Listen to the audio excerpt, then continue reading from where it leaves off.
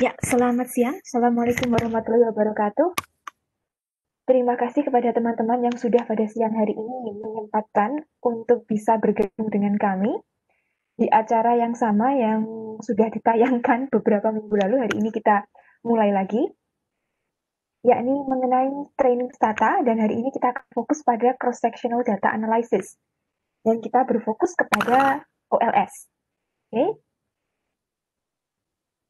Kalau minggu lalu kita sudah belajar mengenai apa sajakah cara untuk memvisualisasi ini ya, grafik-grafik data-data di Stata. Hari ini kita akan mencoba untuk sedikit memanipulasi data dengan olahnya. Jadi hari ini kita akan melanjutkan pembahasan kita mengenai classical assumptions dan juga regresi, dan berfokus pada multiple linear regression.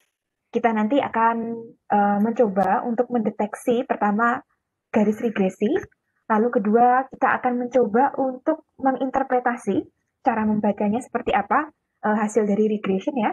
Kemudian kita akan juga mengevaluasi asumsi yang ada pada regresi.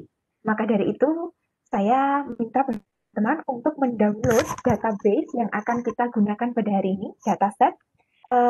Minta tolong untuk Mbak Fona untuk membagikan datasetnya, link dataset untuk para peserta pada siang hari ini. Ya, jadi ada dataset yang memang perlu di-download karena hari ini kita akan bermain dengan dataset tersebut ya. Kita akan cek normalitinya seperti apa, ini apa namanya datanya, kemudian kita juga akan analisis, interpretasi, dan semisal nanti ada violation atau pelanggaran terhadap salah satu prinsip classical assumptions, apa yang akan kita lakukan untuk merectify hal-hal tersebut, maka hari ini kita juga akan bahas sampai detail gitu ya. Jadi 2 jam ke depan kita akan belajar bersama untuk menganalisis data cross-sectional. Nah, okay. Hari ini kita juga selain akan belajar mengenai linear regression, kita juga akan menggunakan semua ilmu yang sudah kita pelajari sebelumnya, yaitu visualisasi.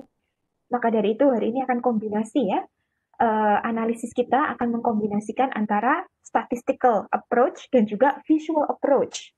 Visual approach itu melalui grafik dan juga melalui kurva, sedangkan untuk statistical approach nanti kita akan menggunakan beberapa metode statistik, misal chi-square, kemudian juga Bruch-Pagan, dan juga Webb test, dan juga Cook test. Kita akan menganalisis dari dua-duanya ya, secara visual maupun secara statistikal. Oke?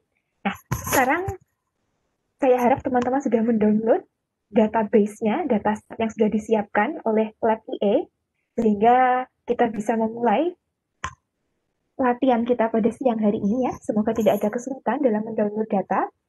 Data tersebut silahkan disimpan ke file teman-teman di komputer yang mudah diakses, sehingga nanti tidak akan kesulitan ketika kita membuka Stata, tidak ada lagi kesulitan menemukan filenya di mana. Oke? Jadi silahkan untuk sekarang disiapkan untuk di desktop atau dimanapun itu yang gampang. Oke? Nah, sekarang kita review dulu mengenai multiple linear regression, seperti apa sih kehidupannya, atau seperti apa sih ciri-cirinya. Mungkin teman-teman sudah ini familiar ya di beberapa kelas bahwa multiple linear regression itu adalah regresi yang melibatkan beberapa macam independent variabel. Nah, pada hari ini kita akan memulai dengan dataset baru. Kita tidak memakai dataset lama karena kita perlu variasi ya biar nggak bosan seperti itu. Hari ini kita fokusnya lebih mikro. Kalau yang kemarin itu kan dia lebih ini ya apa namanya lebih sedikit mikro tapi sedikit menjelang makro begitu. Nah, hari ini kita akan mencoba untuk fokus pada mikro, pada personal gitu ya. Di sini dalam multiple linear regression kita akan melihat bahwa ada dependent variable atau biasanya disebut dengan Y. Lalu kita memiliki konstan atau intercept. Ini biasanya adalah dilambangkan dengan beta, meskipun ada juga yang melambangkan dengan omega atau gamma. Intercept ini biasanya disebut juga dengan konstan kalau dalam istilah statistika.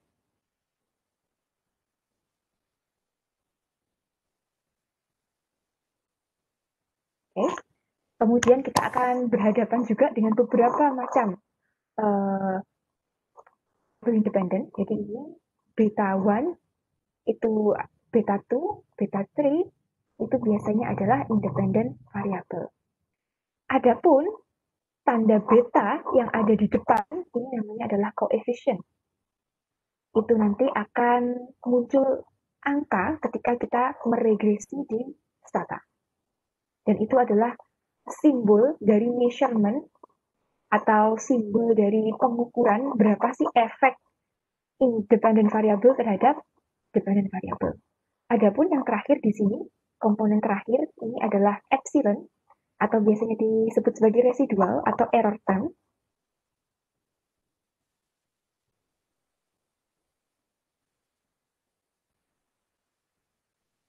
Nah, residual ini adalah jarak antara fitted line dengan observasi yang ada. Jadi kayak jaraknya antara dot itu ya, kalau ada di scatterplot, dot yang menunjukkan observasi dengan garis regresinya.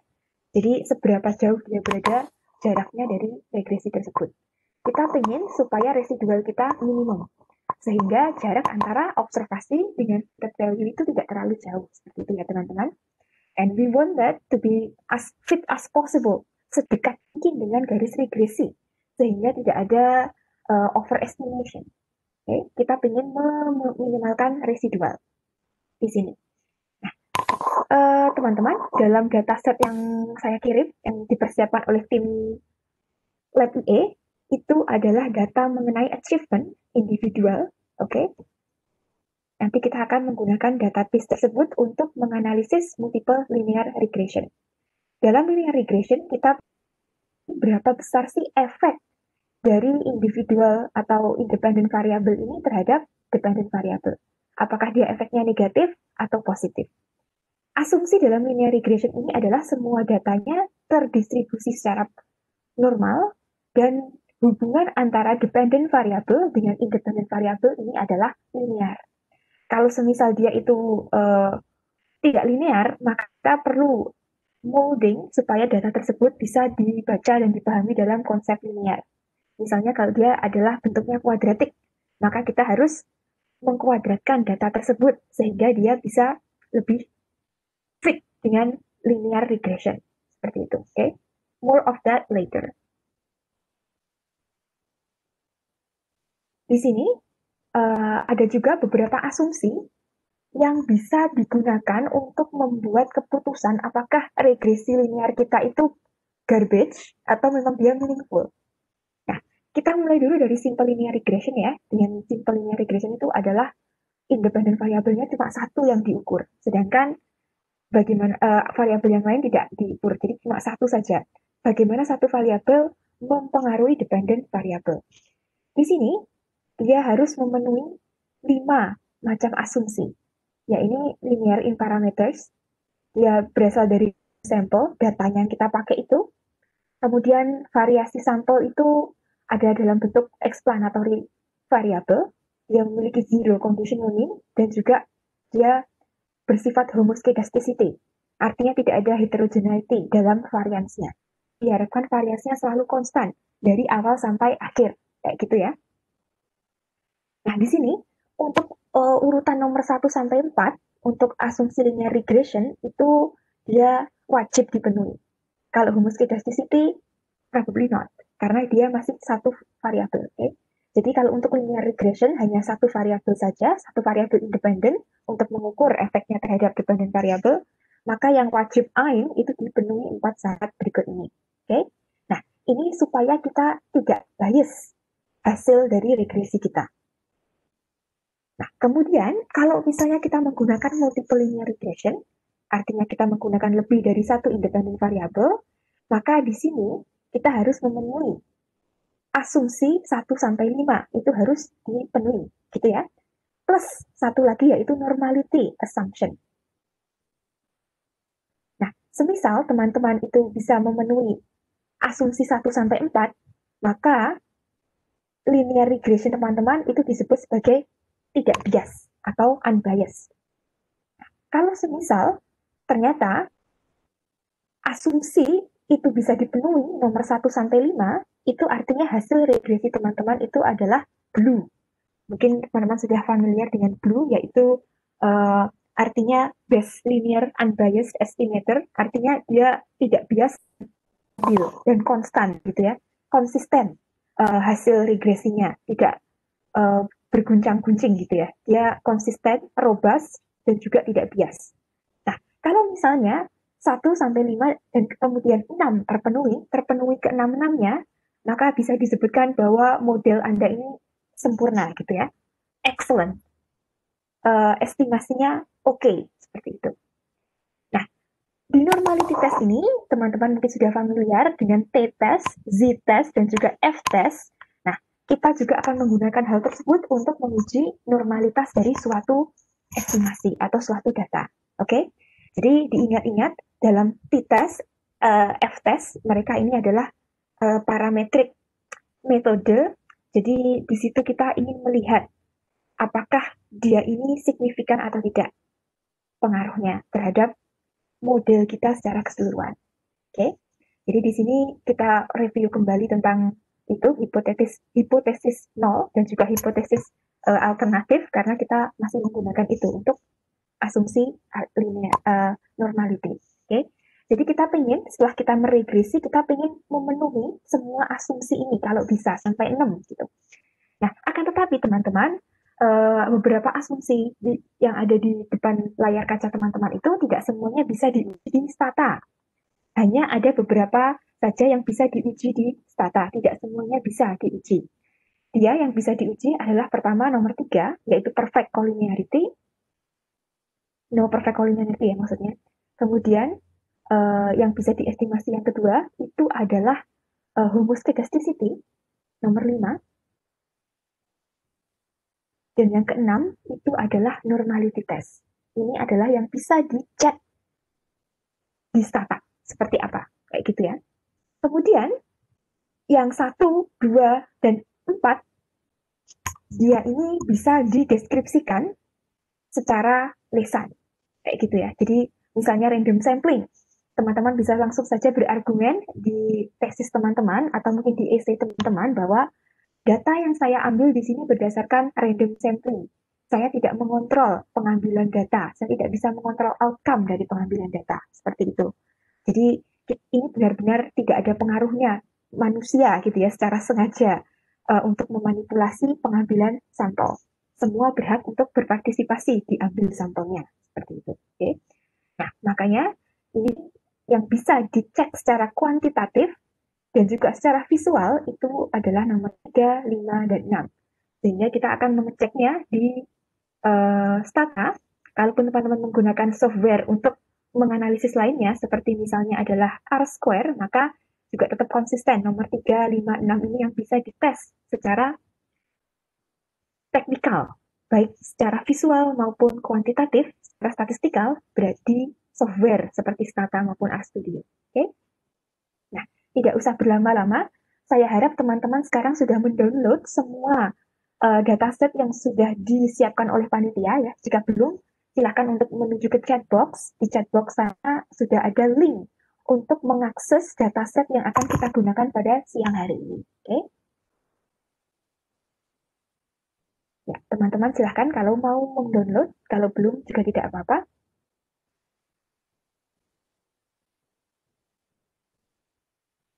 Sekarang saya buka statanya ya. Teman-teman bisa.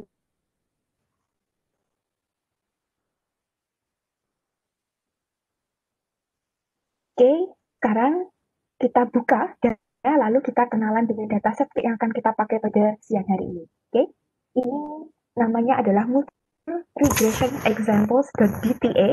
Jadi silakan teman-teman kalau sudah dibuka, sudah di-download ya. Saya letakkan di desktop. Silakan untuk diimpor di Stata dengan cara open, kemudian klik di datanya, lalu open. Ya. Oke.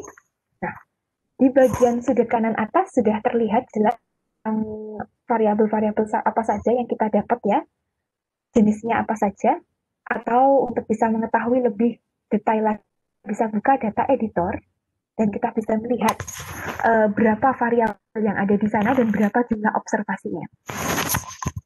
Untuk dataset kita kali ini, kita menggunakan observasi yang jumlahnya sebanyak 52. Oke. Dan ini adalah hasil survei yang menanyakan mengenai achievement of a student, gitu ya. Jadi prestasi dari seorang mahasiswa itu diukur dari beberapa variabel. Di sini ada beberapa variabel, ada 6 totalnya. Pertama adalah gender, male female, male female. Jadi ini adalah bentuknya string data, tapi dia sudah di-coding menjadi ini ya, dummy variabel. Jadi male itu 0, female adalah 1, sehingga ini sudah dalam bentuk dummy variabel, dalam bentuk faktor atau karakter gitu deh. Jadi dia bukan lagi string, tapi dia sudah di-attach dengan dummy variabel. Kemudian ada juga SMIN, ini adalah success mastering in interested subject. Jadi ini adalah bagaimana Anda bisa menguasai suatu subjek, gitu ya, subject of interest. Jadi apa yang ingin bidang yang ingin digeluti, yang paling passionate itu apa, seperti itu. Kemudian ini adalah M goal, jadi mastery of goal. Ini adalah hasil dari bagaimana Anda mengestimasi tujuan Anda, skornya dari 1 sampai 200 gitu ya. Goal Anda itu seperti seberapa driven Anda untuk mencapai goal atau tujuan Anda dalam hidup. Kemudian ada juga anxiety level, jadi kita ingin tahu apakah rasa cemas, rasa stres seperti itu mempengaruhi performa kita di dunia kerja maupun di dunia akademik, seperti itu ya. Kemudian ini ada achieve, itu adalah untuk achievement atau untuk prestasi atau hasil kerja kita. Di sini kita ingin mengukur bagaimanakah efek dari gender, kemudian subject master of interest, master of goal, kemudian juga anxiety level itu terhadap prestasi akademik dan juga profesional seseorang. Oke, dan di sini juga selain ada hal tersebut juga ada ID. Ini adalah nomor orang yang mengambil survei gitu ya. Ini adalah nomor identifikasi seseorang yang sudah mengambil survei. Oke. Jadi ini ada 1 sampai 10 observasinya. Dan sekarang kita ingin menguji bagaimanakah efek dari gender, kemudian mastery subject of interest, mastery of goal, dan juga anxiety terhadap tingkat kesuksesan seseorang dalam bidang akademik dan non-akademik. Jadi, dependent variable kita di sini adalah achievement yang akan kita ukur. Kemudian regresor kita atau prediktor kita yang akan memprediksi achievement itu adalah gender dan juga subjek yang lain sampai anxiety. Oke, jadi kita ingin mengestimasi bagaimanakah efeknya dari setiap variabel ini terhadap achievement atau prestasi. Oke, kita sudah kenal dengan ini apa namanya subject matters-nya dengan database yang sudah ada, dataset yang kita gunakan pada siang hari ini. Oke. Nah, sekarang mari kita mencoba untuk meregres seluruh variabel yang tadi kita kenalan ya, menggunakan comment. Jadi langsung saja kita ketik comment, yaitu regresi, di sini, regression ya, regress. Nah, di situ saya ingin mengestimasi achievement, maka achievement adalah dependent variable. Dependent variable should go, namanya di sini, okay? It should go first. Setelah itu, setelah dependent variable sudah kita determinant, sekarang menuju ke independent variable. Gender, kemudian SMINT, subject mastery of interest, kemudian mastery of goal, dan juga anxiety level.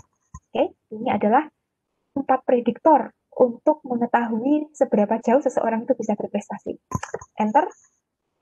Ya, langsung kita sudah muncul di depan teman-teman semua, di depan layar kaca masing-masing ya. Di situ adalah hasil estimasi dari regresi kita. Kita bisa dilihat di sini yang pertama kali ketika teman-teman melihat tabel regresi, perhatiannya bisa langsung dicurahkan kepada koefisien. Oke. Pertama kali kita lihat koefisien di sini, bisa dilihat bahwa cons ini adalah konstanta atau beta 0 atau interceptnya, yaitu 24,6765. Artinya adalah ketika variabel independen ini nilainya 0, anxiety, M goal, S min, gender itu nilainya 0, maka achievement seseorang atau prestasi seseorang itu masih pada kadar 24,676 ini. Jadi kalau tidak ada atribut yang ini ya, atribut anxiety dan teman-temannya itu, maka achievement level seseorang pada level 24,67 ini. Ini adalah prestasinya dia, indeks prestasinya dia. Oke. Okay? Setelah itu, kita juga bisa analisis yang lain. Nah, di sini pada koefisien anxiety, teman-teman melihat ini ada tanda negatif. Tanda negatif itu artinya adalah anxiety memiliki hubungan yang negatif terhadap achievement. Achievement sebagai dependent variable. Itu artinya adalah ketika anxiety level kita itu naik satu tingkat, maka prestasi kita akan turun sebesar 16,6% atau 0,16. Jadi ketika anxiety level naik, maka achievement kita akan turun sebesar 16,06%. Saya lebih suka pakai persen gitu ya, jadi lebih mantap gitu interpretasinya daripada meningkat sebesar 0,16 gitu. Apa itu? Kan lebih membingungkan. Jadi lebih baik mungkin kalau saya secara preferensi itu menggunakan persentase sehingga subjek yang kita ajak ngomong itu mengerti. Oh, oke. Ternyata dia ngomongnya dalam persen gitu ya. Oke, dan adjusted. Kemudian dalam M goal itu adalah dia 0,505. Itu artinya adalah ketika kita berhasil membuat mastery atau kita menguasai target kita, target tujuan untuk berprestasi gitu ya, maka sukses kita itu akan naik sebesar 50,5%. Jadi kalau kita fokus dengan target, maka kesuksesan kita itu akan meningkat sebesar 50,5%. Oke, itu adalah untuk yang variabel M goal. Lalu untuk subject mastery of interest, itu interpretasinya seperti ini, karena ini hubungannya positif ya. Jadi setiap kali kita level of mastery kita, jadi level penguasaan kita terhadap subjek yang kita passionate about atau subjek yang kita sangat tertarik kepadanya, kalau kita sudah berhasil menguasai itu sebesar satu tingkat, maka chance atau opportunity untuk kita sukses itu meningkat sebesar 54,47%. Oke, berdasarkan koefisien ini. Lalu di sini ada gender gitu ya. Gender itu artinya adalah ketika tadi yang 0 tadi adalah untuk laki-laki, 1 perempuan, maka interpretasinya adalah ketika Anda itu gendernya adalah seorang perempuan, maka chance untuk Anda sukses itu adalah 3,94 lebih tinggi daripada laki-laki. Kayak gitu, 39,4, 39, ya, 394% lebih tinggi chance untuk sukses ketimbang ketika Anda itu laki-laki. Kayak gitu. Ya. Jadi di sini adalah interpretasinya seperti itu. Kedua, yang akan kita lihat itu adalah ini, P lebih besar dari T. Jadi ini adalah estimasi probability signifikansinya. Kalau di R Studio dia akan keluar bintang-bintangnya gitu ya. Tapi kalau di Stata dia tidak keluar, maka kita perlu fokus menuju ke alpha levelnya supaya tidak terjadi kesalahan interpretasi dia signifikan atau tidak. Di gender, pada variabel gender, kita bisa lihat bahwa p-value-nya itu 0,038. 0,038 itu artinya dia lebih kecil dari 0,05. Alpha level yang kita pakai dalam regresi ini adalah 0,05. Sehingga jika p-value kita itu kurang dari 0,05, artinya kita mereject null hipotesis dan kita mengembrace alternatif hipotesis. Dan itu artinya kita signifikan hasil estimasinya. Oke. Maaf, ini ada pertanyaan tadi kalau saya lihat kok tidak muncul lagi ya. Oh iya, ini ada pertanyaan dari Mas Ibnu. Dari mana kita tahu gender itu perempuan sedangkan laki-laki yang mana? Oke. Jadi mari kita lihat database kita ya Mas Ibnu. Oke, di sini. Untuk kategori gender, male laki-laki itu 0, female itu 1. Jadi ini adalah dummy variabel di mana male itu dilambangkan dengan 0, sedangkan female itu adalah 1. Maka kita interpretasinya dengan tadi ya, hasil estimasi kita, yaitu membacanya seperti ini. Kita melihatnya dari perspektif yang nomor 1 nih ya. Apabila Anda itu female atau perempuan, maka kesuksesan Anda itu akan meningkat sebesar 3,9. Seperti itu, Mas Ibnu. Kalau Anda male, berarti dia tidak diinterpretasi gitu ya. Jadi dia tidak memiliki premium, tidak memiliki advantage untuk sukses sebesar 3,94 seperti itu. Mungkin karena kalau sekarang ada female empowerment seperti itu ya, emansipasi wanita. Mohon maaf, Bu. Ya. Jadi nanti Halo, ya? semisalnya nanti kita melakukan regres dalam bentuk dummy variable, tetap yang dihitungnya yang 1 dulu ya? Atau yang 0 dulu? Kalau ini yang 1 dulu ya? Betul. Oh, baik, Bu. Oke. Jadi bisa kita lihat bahwa kalau Anda female itu Anda most likely to succeed. Seperti itu ya. Oke. Nah, sekarang kalau kita lihat lagi di p-value, di sini hipotesis nul kita itu adalah koefisien itu nilainya adalah 0. Sedangkan koefisien kita di sini bisa dilihat bahwa ini tidak 0 ya, lebih dari 0, 3,9, 0,544, 0,505 gitu ya. Jadi dalam artian di sini dengan 0,38 ini kita mereject null hipotesis dan kita menerima hipotesis alternatif, yakni koefisien tidak sama dengan 0. So, we can say bahwa variabel gender itu secara signifikan mempengaruhi tingkat prestasi. Oke, nah lihat juga yang kedua, S-min, variabel S-min di sini atau subject mastery of interest, kita bisa melihat bahwa p-value-nya dia juga di bawah 0,05. So, we reject null hypothesis yang mengatakan bahwa koefisien itu sama dengan 0. Dan kita mengembrace alternatif hipotesis bahwa dia lebih dari 0. Dan di sini kita bisa lihat bahwa dia sebenarnya statistically signifikan. Artinya, ketika Anda itu menguasai subjek yang Anda tertarik, Anda passionate gitu ya, maka chance Anda untuk sukses adalah sekian ini. And ini signifikan. Jadi kalau Anda ingin sukses, mungkin lebih besar kalau Anda perempuan. Dan yang kedua adalah Anda menguasai subjek yang ingin Anda kuasai. Kayak gitu. Yang ketiga, itu adalah M goal atau mastery of goal. Jadi kita seberapa fokus kita dengan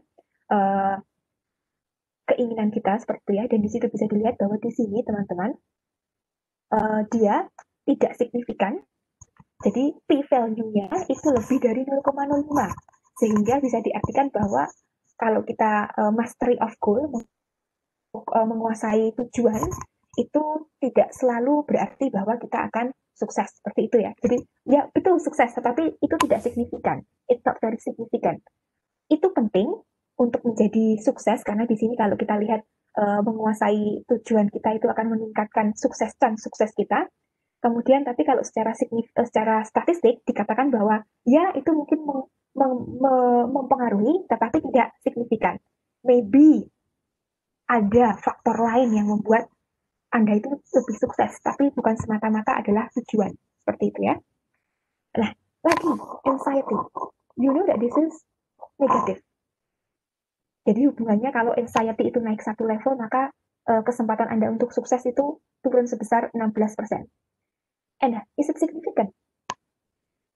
Yes, it is significant. 0,042 itu lebih kecil daripada 0,05. Sehingga bisa kita lihat di sini bahwa dia ini signifikan. Ketika Anda itu tidak percaya diri, maka kesempatan Anda untuk sukses itu berkurang sebesar 16%. Dan di sini bisa dilihat tadi Ibu bilang katanya kalau lebih dari 0 ini Bu, kurang dari 0 dia harus di reject gitu ya. Dia harus di accept null hipotesisnya. Well. Nah, tadi kalau dalam saya bilang 0 sampai 1 itu adalah untuk yang bilangannya positif.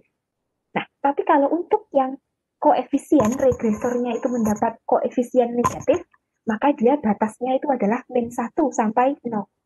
Oke? Dan di sini bisa dilihat bahwa ternyata dia signifikan. Boundary-nya mulai dari negatif 1 sampai 0. Jadi semakin semakin dia dekat ke 0, dia semakin oke gitu. So, this is very significant di sini, highly significant. Lalu kemudian ada lagi yang perlu kita lihat selain koefisien, itu adalah R-squared yang ada di sini. Nah, dalam R-squared ini kita bisa lihat bahwa dia adalah 45,85%.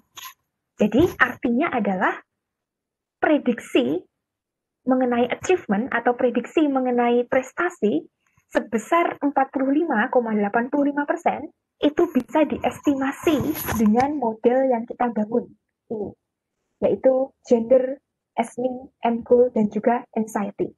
Jadi sebanyak 45% kita bisa mengestimasinya dengan model berikut ini. Kalau teman-teman masih ingat, R-squared itu yang bagus adalah yang tinggi. Jadi semakin tinggi R-squared, maka dia akan lebih bagus estimasinya. Artinya model kita itu kuat, bisa mengestimasi dengan maksimal seperti itu. Tapi di sini kita hanya mendapat 0,4585, artinya kurang dari 50%. So maybe this is not that model. Untuk meningkatkan R-squared, ada beberapa cara. Mungkin kita perlu dropping variabel yang tidak signifikan ini ya. Contohnya M-goal, ini mungkin dieliminasi saja. Kemudian diganti dengan variabel yang baru, yang kira-kira apa sih yang bisa mengestimasi kesuksesan seseorang. Itu juga bisa. Itu untuk meningkatkan R-squared. Atau kalau tidak, bisa jadi ini data kita itu ada outliersnya. Oke? Jadi mengapa kok kadang-kadang estimasi kita tidak selalu bagus? Ada beberapa banyak permasalahan kayak gitu. Nah, lalu di sini juga teman-teman melihat adanya F, probability F. Probability F di situ dikatakan bahwa value-nya, p-value-nya dia adalah 0,00. So, kita katakan bahwa dia ini signifikan. Dalam artian, F value di sini atau test F, F test itu digunakan untuk mengestimasi R squared. Apakah R squared ini dia signifikan atau tidak? Kalau dia dibilang signifikan, artinya alpha level probability atau p value-nya di sini di F ini kurang dari 0,05, itu artinya bahwa memang R squared ini memang kemampuannya ya 45%, 45,85% seperti itu. Memang signifikan bahwa kemampuannya model ini untuk mengestimasi hasil itu memang akurat pada 45,85. Oke. Jadi ini mengkonfirmasi kalau memang akurasi rendah. Seperti itu ya. Oke. Lalu yang perlu kita lihat lagi adalah di sini standard error. We back to the coefficient. Standard error di sini bisa dilihat bahwa ini lumayan rendah ya. We always want, kita selalu ingin supaya standar error kita itu rendah, mendekati 0. Kenapa kok pengen rendah? Sebentar saya mau menggambar dulu, jadi semoga teman-teman tidak keberatan kalau ini saya stop sharing untuk sementara, dan saya menggambar di sini. Oke, jadi saya mau pakai warna merah ya. Oke. Jadi kalau misalnya ini adalah estimasi ya, ini adalah Y, ini adalah X-axis. Standard error ini dan ini adalah ada total ya. Total ini adalah observasinya. Jadi tadi ada 50 observasi, ini adalah pura-puranya visualisasi observasinya ya. Nah, standard error itu adalah jarak antara observasi yang ada di sini dengan garis linear, garis regression yang ada di sini. Jadi jaraknya seperti apa? Kita ingin supaya jaraknya itu sedekat mungkin dengan garis yang ada di sini. Oke. Kita tidak ingin errornya terlalu besar. Karena kalau errornya terlalu besar, maka itu mempengaruhi signifikansi dan juga bias atau tidak biasnya suatu model. Maka kita ingin supaya dia lebih rendah standar errornya. Kesalahannya bisa diminimalisasi. Oke. Mohon maaf Bu Shima, screenshot-nya tidak muncul. Oh, screenshot-nya tidak muncul ya, sebentar. Terima kasih untuk reminder-nya.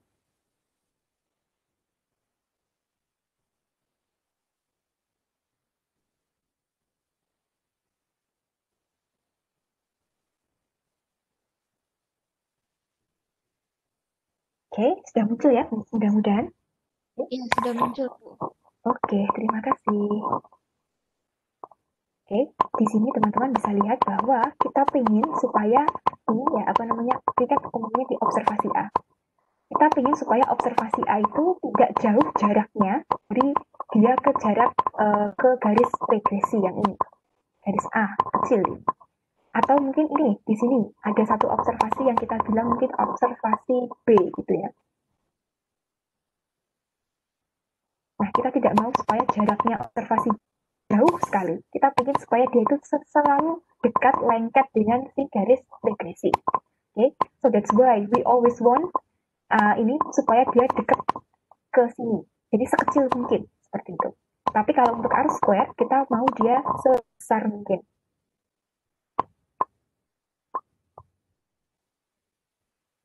Oke. Nah, di sini juga cukup oke. Standar error kita, estimasi kita cukup oke ya. Nah, kemudian di sini teman-teman ada confidence interval. You can go ahead and see. Kalau confidence interval, di situ ini adalah bagaimanakah koefisien kita itu jatuh di antara interval ini. Contohnya adalah gender. Dia ada 3,9 koefisiennya. Kita bisa cek di confidence interval bahwa memang dia berada di antara 0,21 hingga 7,66729. Jadi we want to make sure kalau dia koefisiennya benar-benar berada di interval ini, berada di tengah-tengahnya gitu ya. Ideally you will want to be in the middle, di tengah-tengahnya. Ini juga S-min itu ternyata juga dia berada di interval yang ada di sini. Oke. Kita bisa lihat juga di sini. Lalu kemudian ini apa lagi ya? Sudah kita bisa lihat di sini bahwa goal juga berada di interval yang kita estimasikan. Nah ini anxiety level, confidence intervalnya adalah negatif 3157416 dengan negatif 0,57579. Dia ini ya apa namanya, dia masih dalam confidence interval, masuk dalam jangkauan confidence interval, dia masih di tengah-tengah, akan tetapi skornya dia itu sangat dekat dengan upper bound. Upper bound itu artinya adalah batas atas, sedangkan ini adalah lower bound dari confidence interval. Biasanya ketika koefisien itu skornya dekat sekali dengan lower bound atau batas minimal, atau juga dia dekat dengan upper bound atau batas maksimal, maka biasanya ini apa namanya, dia signifikansinya juga kuat kayak gitu. Alright. Jadi kita bisa lihat di sini bahwa dia signifikansinya juga cukup oke, 0,042. Oke, itu adalah bagaimana kita mendeskripsikan atau membaca, menginterpretasi dari regresi yang ada di sini. Ibu boleh bertanya? Silahkan. Itu tadi standar error kan sebaiknya kecil. Tadi Ibu bilang kalau standar error kita yang di sini itu sudah oke. Nah itu batasannya gimana sih kita melihat standar error kita itu sudah oke atau belum? Terima kasih Bu. Ya, terima kasih. Nah, kalau untuk melihat standar error ya Mbak, itu nanti kita akan selalu bisa membandingkannya dengan R square. Tapi itu is for later.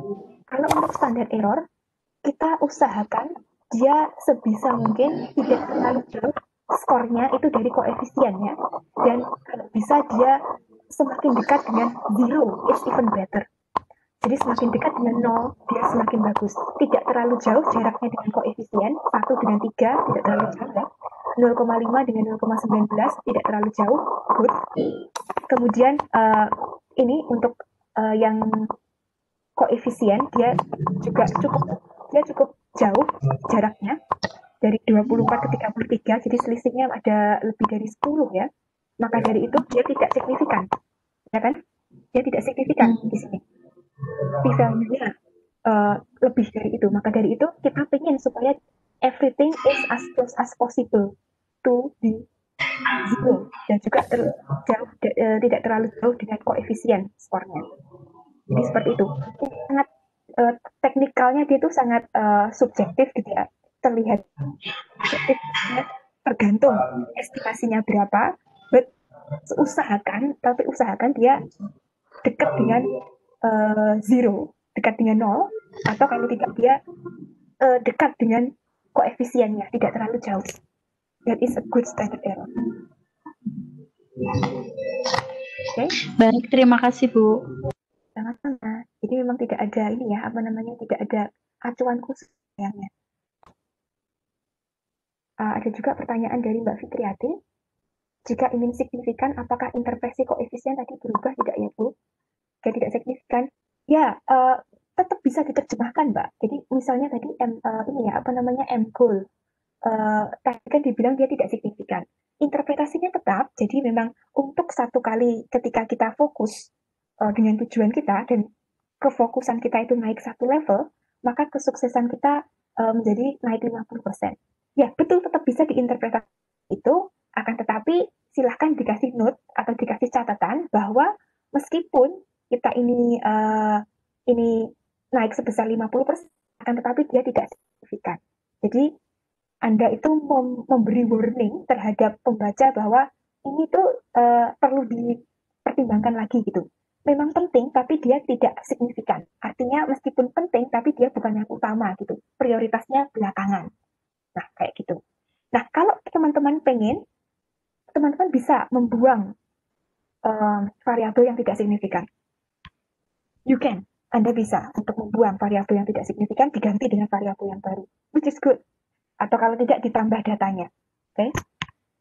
Tapi itu memang sangat wajar kalau kita menggunakan multivariate regression, artinya kita menggunakan regresi lebih dari satu variabel, maka pasti akan ada satu dua yang tidak signifikan. It's okay. Karena dalam penelitian dia itu trial dan error gitu ya. Jadi kita bisa mengganti di tengah-tengah, ganti yang baru lagi, bongkar pasang, itu sudah biasa dalam riset. Jadi kalau misalnya tidak signifikan, jangan patah arang. Bisa dibuang, atau kalau tidak diganti dengan variabel yang baru, atau ditambah datanya, supaya dia lebih meyakinkan lagi.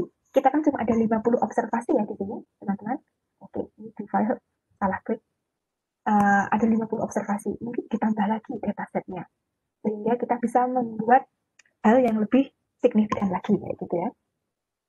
Jadi itu adalah cara untuk menginterpretasi tabel. Pertama kali lihat koefisien, kemudian lihat dia signifikan atau tidak, lalu lihat R-square, dan kemudian F, lalu standard error, dan kemudian terakhir confidence interval.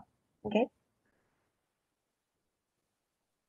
Nah, kalau tadi ada yang bertanya, apakah Mbak Dewi ya, jumlah observasi mempengaruhi signifikansi hasil regresi? Ya.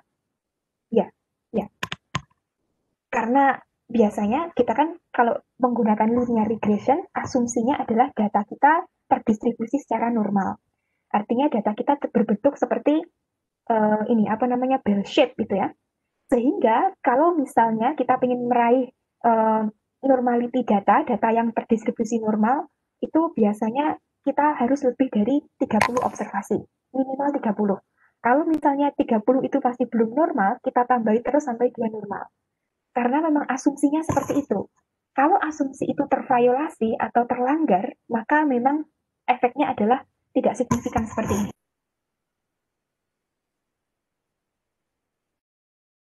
Dan untuk sebanyak mungkin data yang harus kita datanya itu terdistribusi secara normal. Semakin besar jumlah data, dia akan semakin normal distribusinya, berbentuk seperti bell shape. Seperti itu. Oke?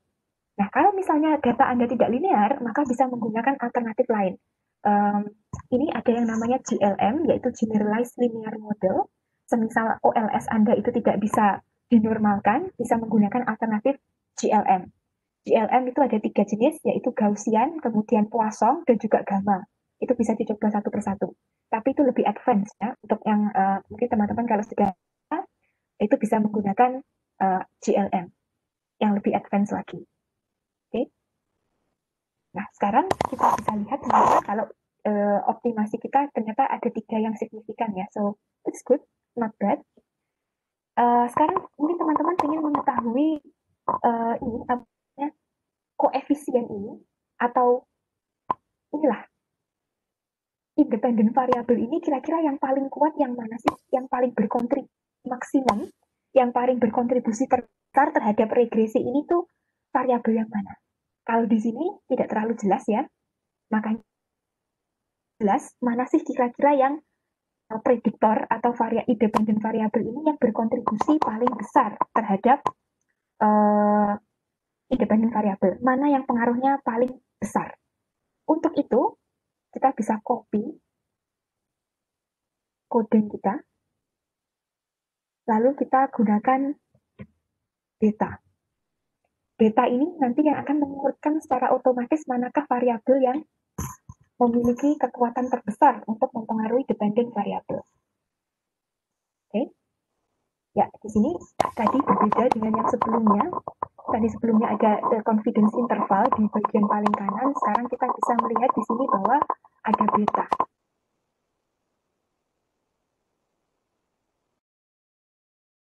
Pakai pada siang hari ini, itu sudah dikasih keterangan yang paling besar mana, yang paling signifikan pengaruhnya terhadap achievement atau prestasi.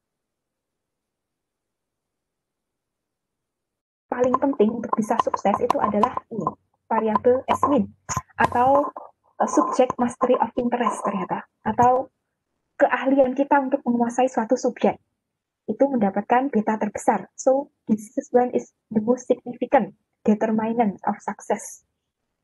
Oke, kemudian yang kedua itu ternyata adalah anxiety level.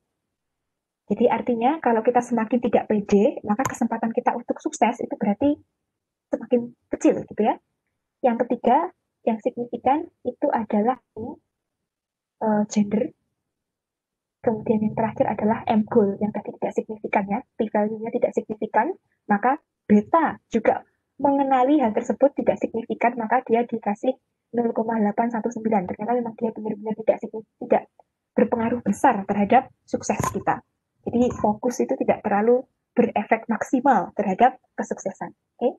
Jadi ini kalau teman-teman ingin membuat rekomendasi, kira-kira manakah yang paling kuat dan terlemah, itu bisa menggunakan variabel beta ini ya. Itu dia akan meranking mana sih kira-kira independent variabel yang memiliki kekuatan terbesar dalam mempengaruhi dependent variabel. Baik. Oke. Jadi itu adalah untuk regresinya, tapi sebelumnya kita perlu mau mengecek dulu. Oke, ini regresinya robust atau enggak sih? Ini bisa dipertanggungjawabkan atau tidak hasil dari regresi kita ini. Nah, tadi teman-teman saya sudah bilang bahwa kita setelah regresi ini kita perlu memenuhi beberapa asumsi supaya bisa dikatakan bahwa estimasi kita itu robust. Asumsinya tadi ada 6, kalau Anda mendapatkan 4 asumsi berarti tidak bias. Anda mendapatkan 5 asumsi yang tidak terlanggar, itu artinya Anda mendapat blue. Blue itu artinya adalah best linear unbiased estimator, artinya tidak bias dan model Anda ini konsisten. Nah, akan tetapi kalau Anda bisa berhasil memenuhi ke-6 syarat dalam multiple linear regression, artinya model Anda ini adalah excellent, gitu ya. Dia sudah robust, dia tidak bias, dan juga dia konsisten. Konsisten artinya dia bisa digeneralisasi ke publik yang lebih besar. Oke. Nah, sekarang kita akan mencoba untuk mengevaluasi assumption. Oke, tadi kita file dulu ya. Pertama adalah regression. Teman copy tadi yang regression yang biasa, rumusnya seperti apa.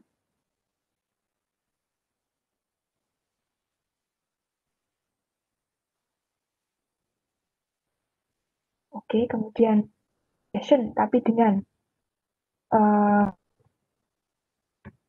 beta, artinya dia beta itu untuk mengurutkan ya mana yang kira-kira paling besar efeknya, yang besar sama yang kecil, jadi dia ordernya adalah descending.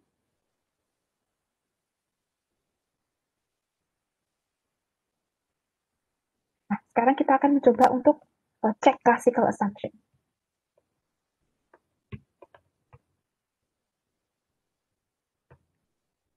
Yang pertama yang akan kita cek itu adalah collinearity, no perfect collinearity.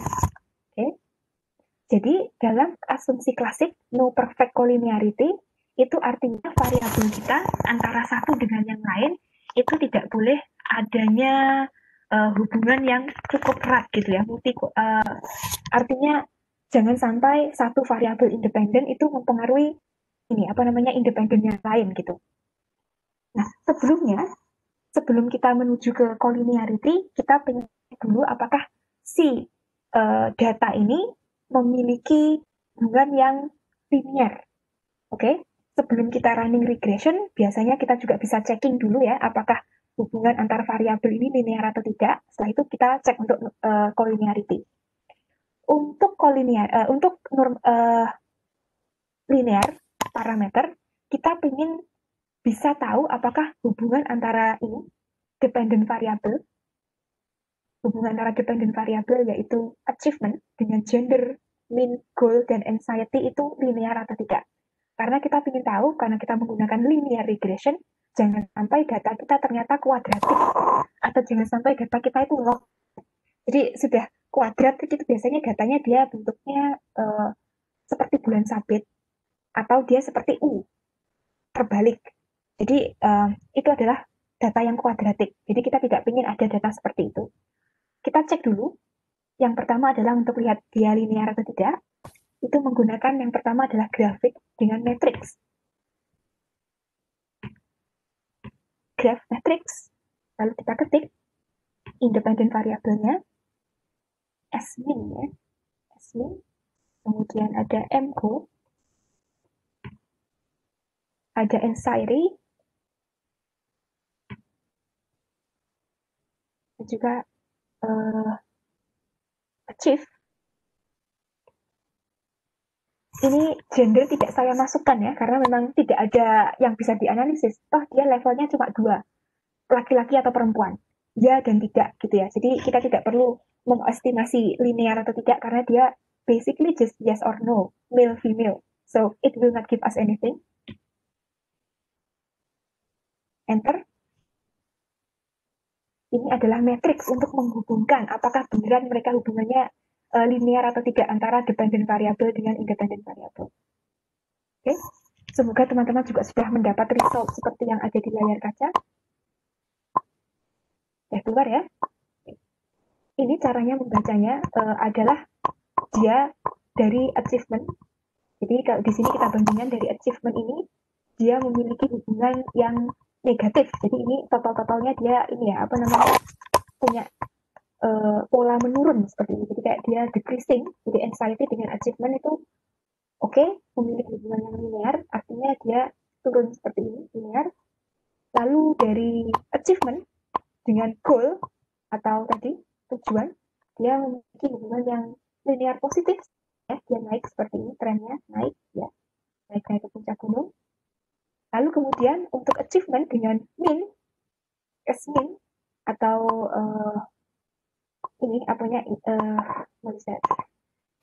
mastery subject of interest, itu dia juga naik.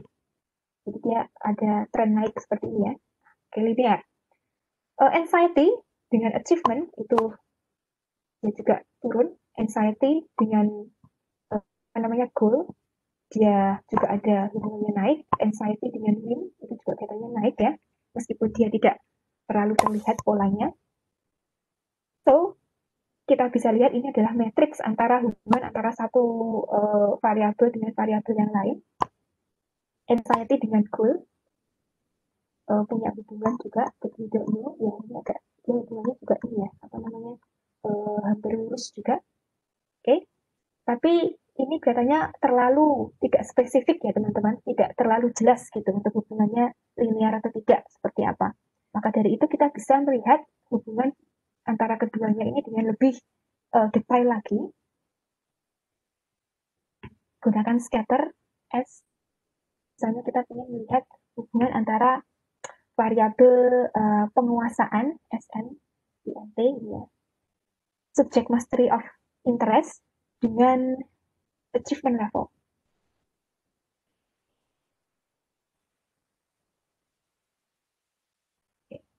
Oke, bisa dilihat di sini bahwa semakin mastery-nya itu tinggi, maka dia achievement-nya juga semakin tinggi.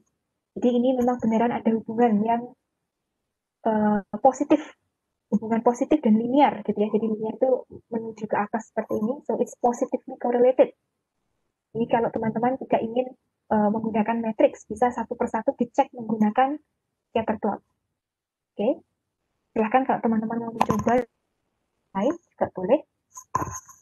Itu tadi adalah untuk mendeteksi apakah dia benar-benar linear atau tidak dan melihat hubungannya seperti apa. Nanti kita notice bahwa ada beberapa variabel yang antar ini ya, yang independent variabel itu sepertinya hubungannya cukup erat, tapi kita tidak tahu secara pasti karena gambarnya tidak jelas. Nah, kita juga ingin mendeteksi tidak hanya hubungan antara dependent dengan independent variabel, tetapi juga hubungan antara independent variabel dengan satu sama yang lain. Kita tidak mau, ini ya, kalau dalam statistik kita tidak mau gender, mean, goal, anxiety itu saling overlap satu sama lain. Kita tidak ingin dia saling berhubungan.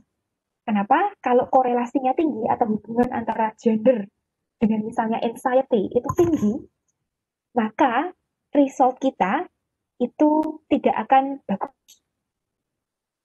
Kalau dia ini berkorelasi tinggi, itu akan ada overlap of result.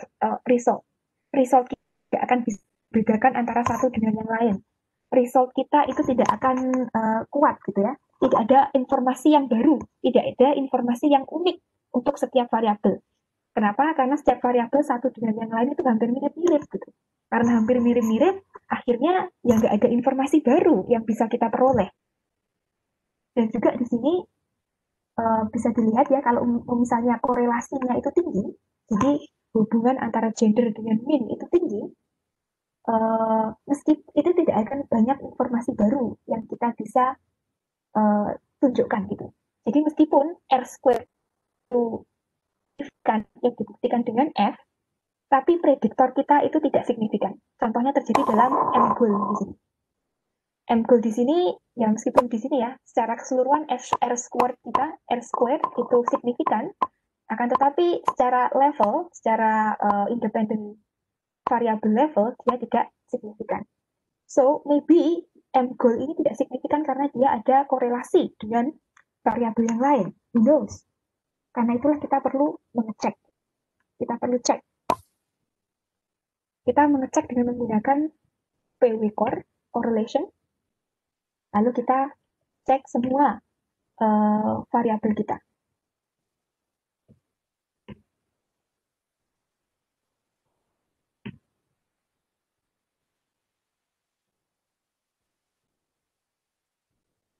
Oke.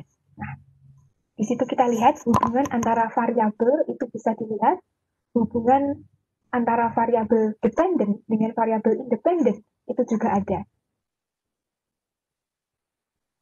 Oke, ini katanya masih aman hubungannya antara antar dependent variabel ya. Jadi tidak ada yang ini idealnya dia jaraknya adalah 0 sampai negatif 1 sampai plus 1. Oke. Memang overall secara keseluruhan di sini tidak ada strong collinearity ya, teman-teman. Tidak ada collinearity yang sangat kuat sekali. Jadi tidak ada yang redundant. Jadi tidak ada goal atau tidak ada variabel yang sepertinya overlap gitu. Jadi kalau misalnya ada collinearity yang tinggi, itu artinya dia overlap atau redundant. Kita perlu menghilangkan salah satu. Oke, di sini tidak ada ya yang lebih dari 0,5. Tidak ada yang lebih dari 0,5. Jadi idealnya adalah mulai dari negatif 1 sampai plus 1. Itu yang untuk yang positif, correlation yang positif itu 0, itu sampai 1. Sedangkan untuk yang negatif 1 sampai 0. It looks like there is no overall collinearity ya. Berarti di sini kita bisa simpulkan bahwa ini aman. Tapi mungkin teman-teman ingin tahu ini aman atau tidak dengan ada significant value. Oke. Jadi tadi PW core plus 6. Di situ bedanya dengan yang sebelumnya adalah yang sebelumnya polos. Nah, yang di sini ada significant value-nya. Oke. Di sini significant value-nya adalah P-nya lebih dari 0,05.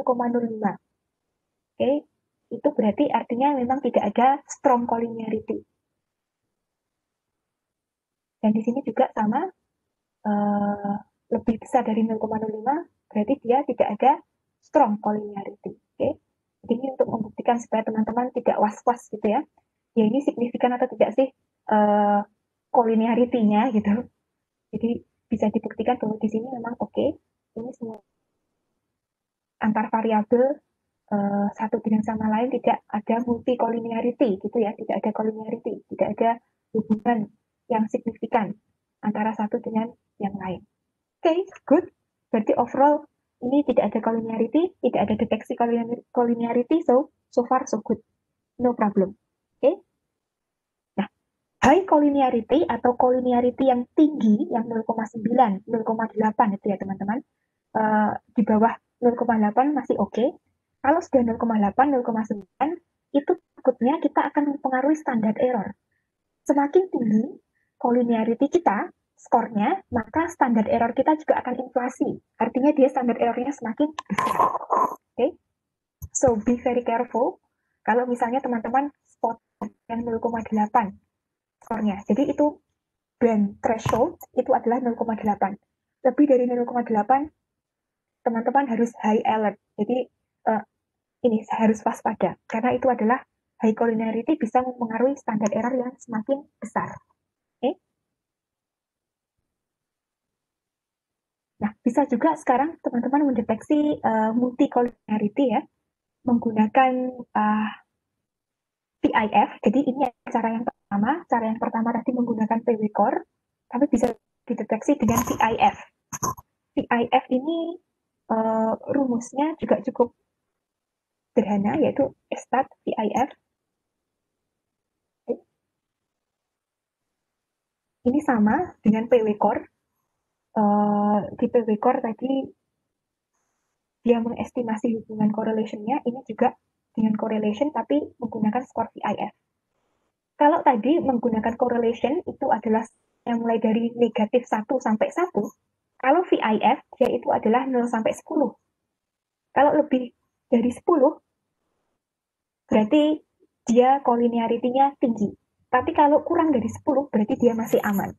Kita bisa lihat di sini bahwa semuanya aman ya, kurang dari 10 ya teman-teman. Jadi memang ada standarnya masing-masing. Teman-teman boleh menggunakan salah satu, kalau saya suka dua-duanya. Karena supaya lebih mantap lagi gitu ya, saya meyakinkan kalau paper saya ini kuat gitu. Dua-duanya membuktikan, dua tes ini membuktikan bahwa tidak ada collinearity. Super VIF itu juga aman, karena tidak ada yang lebih kecil dari 0,1. Kalau lebih kecil dari 0,1 berarti we have problem. Oke, semuanya aman. Sip, berarti tidak ada collinearity gitu ya teman-teman. Oke, silahkan kalau ingin di copy itu ke do file-nya. Jadi do file-nya jadi classical assumption yang mulai dari PW Core dan teman-temannya itu bisa di copy paste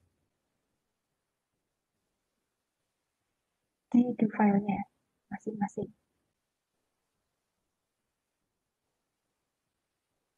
Oke.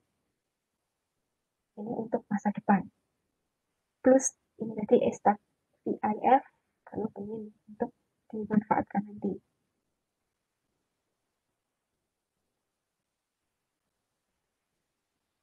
Oke.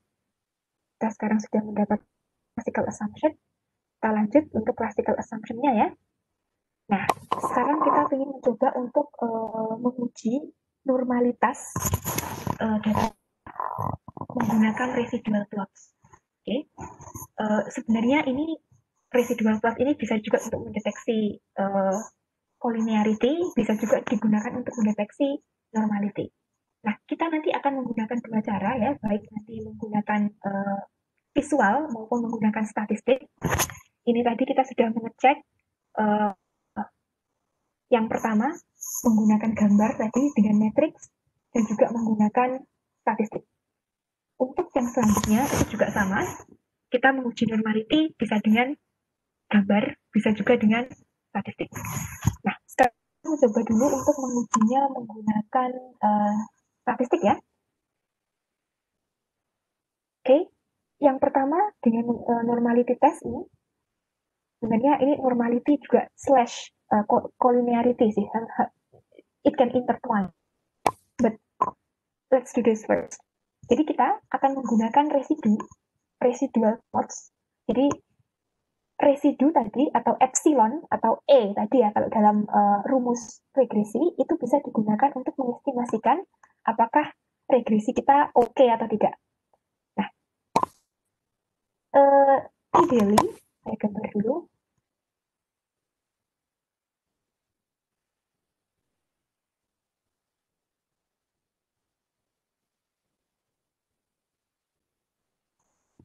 Ideally dia ini residunya itu pas ada di garis. Saya bikin gambar dulu biar lebih seru.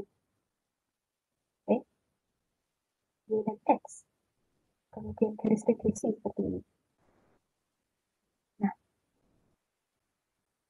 idealnya dia itu pas di garis ini. So we want to be close. Tidak ada jarak gitu ya, tidak ada jarak yang terlalu besar, tidak ada jarak yang terlalu lebar gitu. Kalaupun memang tercerai-berai atau tersebar di sepanjang garis regresi residual itu tadi, kita maunya kalau kita membuat sebuah kurva itu dia terdistribusi secara normal. Nah ini normal distribution itu kan bentuknya seperti ini ya. Nah kita mengharapkan residu kita itu juga terdistribusi secara normal. Nah seperti ini. Artinya kalau dia terdistribusi secara normal ya, nah ini biar kelihatan close. Kalau dia terdistribusi secara normal seperti ini, artinya tidak boleh ada banyak outliers atau residu yang misalnya di sini atau tercerai-berai di sini gitu ya. Kita ingin supaya dia fit sepanjang garis ini. Dan tidak boleh misalnya bentuknya seperti ini. Oh, ini gambarnya tidak terlihat ya. Oke, bentar.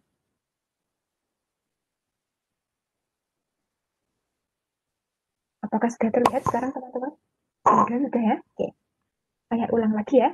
Jadi ini ya, saya perlu yang baru. Oke. Residu. Jadi kita lambangnya residual. Ini adalah Y dan X. Ini kemudian adalah garis regresi. Lalu ini adalah observasi kita. Kita pengen supaya ini tidak jauh-jauh dari garis regresi ya teman-teman. Jadi ya titik-titiknya itu berada di sepanjang garis atau malah justru pas garis itu ideal.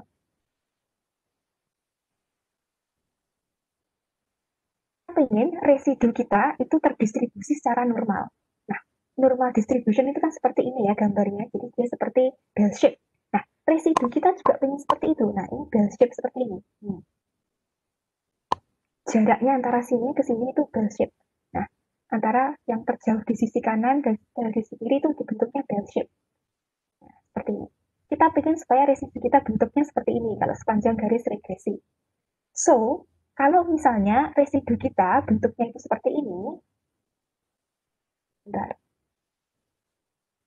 Nah, awalnya seperti ini ya, kemudian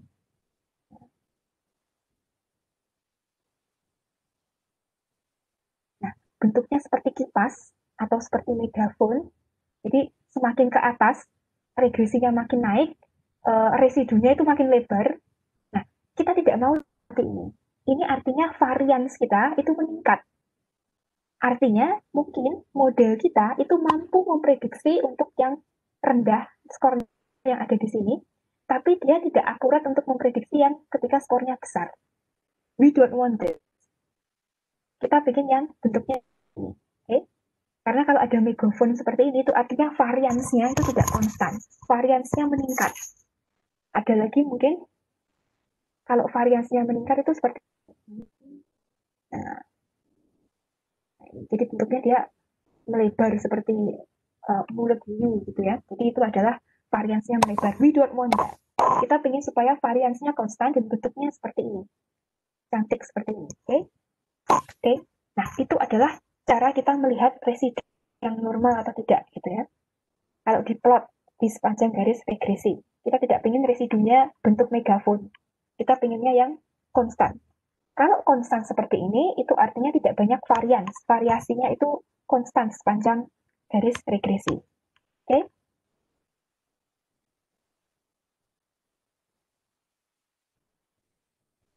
Nah, kita kembali lagi menuju ke stata. Untuk membuat residu, kita perlu menggunakan variabel baru. Jadi kita bisa menggunakan predict untuk membuat variabel baru yang artinya y hat.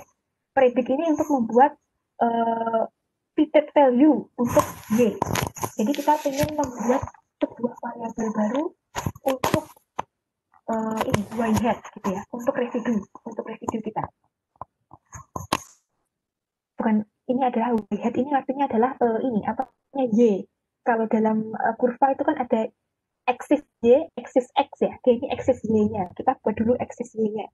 Nah, untuk aksis y-nya predict y hat dilihat di variabel yang paling kanan, bisa kita lihat bahwa dia sudah muncul ya variabel baru. Kita cek data editor, oh sudah muncul.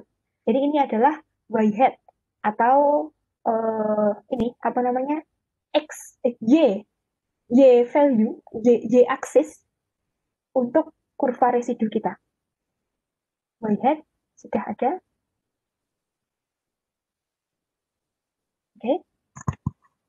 Kemudian yang akan kita lakukan setelah kita mengenerate y-nya, kan kita biasanya kalau di kurva itu ada x dan y ya. Nah, sekarang kita ganti yang x-nya, fokus pada x-nya. Itu ada 3 macam. Kita bisa menggunakan unstandardized residual, jadi residual terstandarisasi. Kita juga bisa menggunakan generating standardized residual, jadi residual yang sudah terstandarisasi. Itu artinya adalah terstandarisasi itu artinya residual yang plus residual yang negatif itu hasilnya sama dengan kosong. Saya nanti jelaskan dengan gambar. Kemudian ada juga yang ketiga, itu adalah residual studentized. Residual studentized itu dia digunakan untuk melihat apakah ada outlier. Karena kita tidak mau ada outlier ya teman-teman. Kalau ada outlier itu artinya varian dari data kita itu bertambah besar seiring semakin besar observasinya. And we don't want that. Jadi kalau tadi y hat itu untuk aksis y atau untuk yang dependent variabel, ada 3 untuk 3 macam untuk x variabelnya, bisa dipilih satu persatu. Tapi kita create dulu, kita ciptakan dulu SR, itu artinya adalah standardized residual. Teman-teman bisa dikasih nama, misalnya ini namanya Mas Ibnu Hajar gitu ya, prediksi Ibnu Hajar gitu juga boleh, atau nama saya Shima gitu juga boleh. Bacanya SR itu artinya adalah standardized residual. Oke. Tapi sebelum standardized residual, saya pengen yang ini dulu lah. UR, unstandardized residual, yang belum terstandarisasi. Jadi residu yang masih terscatter dengan random. Oke. Yang tidak terorganisasi, jadi UR itu adalah unstandardized residual. Silahkan dikasih nama, terserah teman-teman. Untuk mudah mengingat. Oke. Sudah tercipta. UR sudah ada di tabel variabel ya. Bisa dilirik. Oke, sip. Sekarang yang kedua adalah saya ingin bikin yang standardized residual. Artinya standardized residual itu adalah residual yang positif di atas garis ketika ditambah dengan residual yang negatif yang di bawah garis regresi, artinya dia sama dengan 0. Oke, jadi standarisasi. Dia menggunakan R standard. Oke, so sudah ada. Masuk. Yang terakhir adalah studentized. Nah, ini dia berbeda karena studentized ini dia lebih kepada mengidentifikasi outlier. Mana yang harus kita buang gitu ya, kalau ada outlier atau enggak. Karena dia mempengaruhi estimasi data. Predict menggunakan R student. Oke. Jadi ada 3 ya. Saya pakai file biar enak menjelaskannya. Jadi ada y hat, Ini adalah untuk Y aksis. Jadi aksis langsung Y. Jadi predict Y hat. Kemudian predict UR residual ini untuk unstandardized.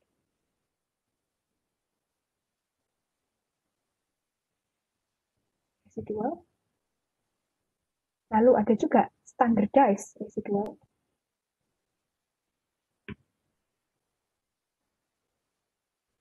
Dalam hal ini digunakan dengan predict SR tadi.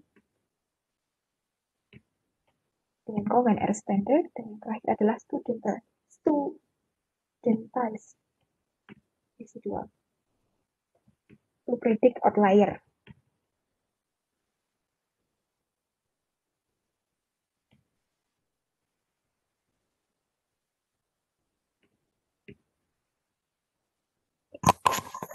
Itu adalah macam-macam dari bias residual.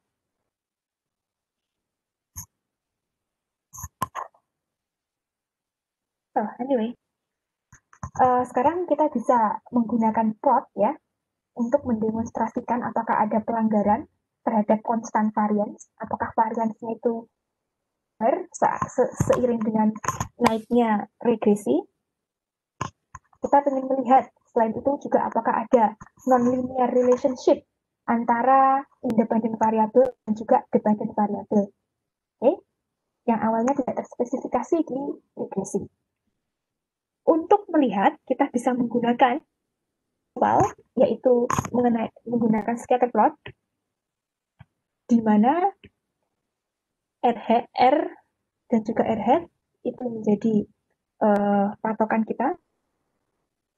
Jadi saya ingin lainnya itu menggunakan standar 0, jadi melewati 0, ada garis 0-nya.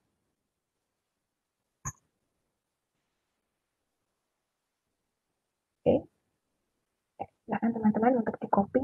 Tadi yang mungkin belum melihat komennya seperti apa. Oke. Jadi two-way scatter plot di sini.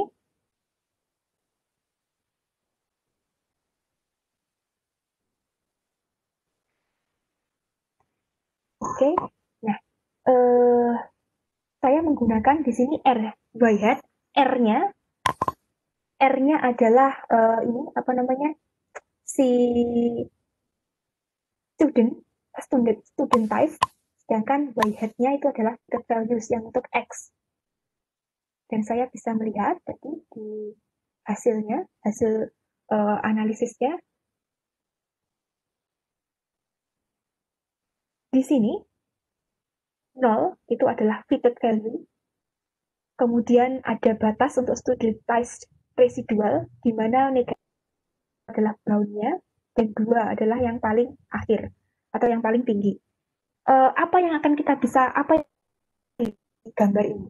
Pertama, yang kita cari, itu adalah residual ini di sepanjang garis 0 ya, ini bukan garis regresi, tapi garis 0, garis normality. Kita ingin supaya residu kita itu randomly scattered. Jadi terdistribusi secara random, tidak ada pola seperti ular, tidak ada pola yang bulan terbelah gitu ya, tidak ada semuanya. Ini semuanya kelihatannya sudah normal, terdistribusi secara random, tidak ada pola tertentu di sini. Oke, itu satu. Diamati adalah randomly displayed of residual. Dia terscatter secara random. Yang kedua, apakah ada tren mengkurva, jadi bentuknya apakah ini apa namanya, ada bentuk U, bentuk E, seperti itu? Sepertinya tidak ada juga ya. Karena kalau misalnya residual Anda ini berbentuk kurvatur atau berbentuk U, berbentuk E, maka ada kemungkinan bahwa independent variable itu tidak linear dengan dependent variable. Atau kemungkinan independent variable Anda itu memiliki interaksi antara satu dengan yang lain. Interaksi OLS itu adalah ketika misalnya tadi gender itu punya interaksi dengan goal misalnya. Untuk mengatasi hal itu langsung saja dikalikan bisa. Jadi gender dikalikan dengan M goal misalnya, itu untuk interaksi. Jadi kita tidak mempertimbangkan interaksi tersebut sehingga tadi ada kurvatur gitu ya, tapi ternyata di sini tidak ada kurvanya, so it's okay. Yang ketiga, what you need to see itu adalah residu ini perlu berada pada skala negatif sampai 2.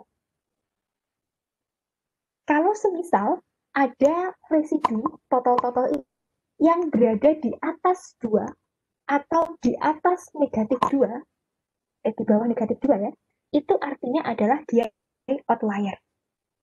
Di sini bisa dilihat bahwa ini ada 1, ada 2, 1 titik, 2 titik. Ada 2 kemungkinan outlier, karena dia lebih kecil dari negatif. Ini ada di pas berbahaya ini.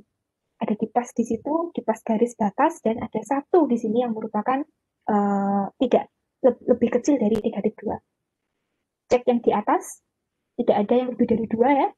Jadi ini negatif 2 sampai 2 itu adalah batasannya. Ada juga statistician yang mengatakan bahwa batasnya tidak negatif 2 dan 2, tapi negatif 1 dan 1. Saya serahkan pada Anda, kepercayaan Anda masing-masing, ikut statistician yang mana, dua-duanya sama-sama valid. Negatif 2 sampai 2 atau negatif 1 sampai 1. Kalau dia lebih dari batas ini, maka dia adalah kemungkinan outlier. Jadi ini, yang ada di 100 ini ya, yang ada total yang ada di sini yang lebih dari 2, itu bisa jadi outlier. Maka dari itu, menggunakan studentized residual ini, dia bisa melihat di mana kira-kira ada outlier yang ada di sini. Okay? Jadi, that is what you're looking for. Jika ada, tadi yang pertama, apakah ada trend residunya? Kita ya range. Yang kedua, apakah ada ini bentuk kurva atau bentuk U, bentuk Y? Tidak ada. So, it's good. Dan yang ketiga, apakah residualnya itu aman berada di garis negatif 2 sampai 2. Jika ada yang lebih, berarti dia dicurigai sebagai outlier. Nah, ini di sini ada 1 outlier. Atau mungkin 2 ya. Kita perlu cek itu nanti. Oke. Nah, sekarang mungkin tadi kita sudah mengecek. Kita tutup. Kita tadi sudah mengecek yang ini, yang studentized. Nah, sekarang gimana kalau kita mengecek yang ini? Unstandardized. Oke, kita cek yang unstandardized. Nah, untuk yang unstandardized itu kita perlu ini apa namanya? Membuat dia square dulu. Ini bisa langsung pakai UR gini ya, pakai unstandardized, tapi dia nanti aktifnya. Saya pengen supaya semuanya tidak ada skor negatif, supaya kita gampang mengidentifikasi, karena kita orangnya suka mager ya, jadi kita yang seenak mungkin.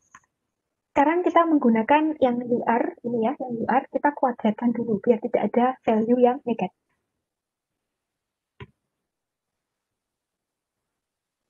Kita UR equal to UR. Nah, kayak gini. Jadi ini adalah kuadrat gitu ya. Saya pengen supaya dia kuadrat yang baru. Oke. Nah, ini sudah muncul di variabel. Cek dulu. Oke. Ini UR sudah ada di data editor. Oke, berarti sudah masuk. Great. Selanjutnya kita coba untuk scatter. Two-way scatter. Menggunakan yang sudah kita generate, SQR ini, square dari unstandardized residual. Dengan y hat, tapi the value.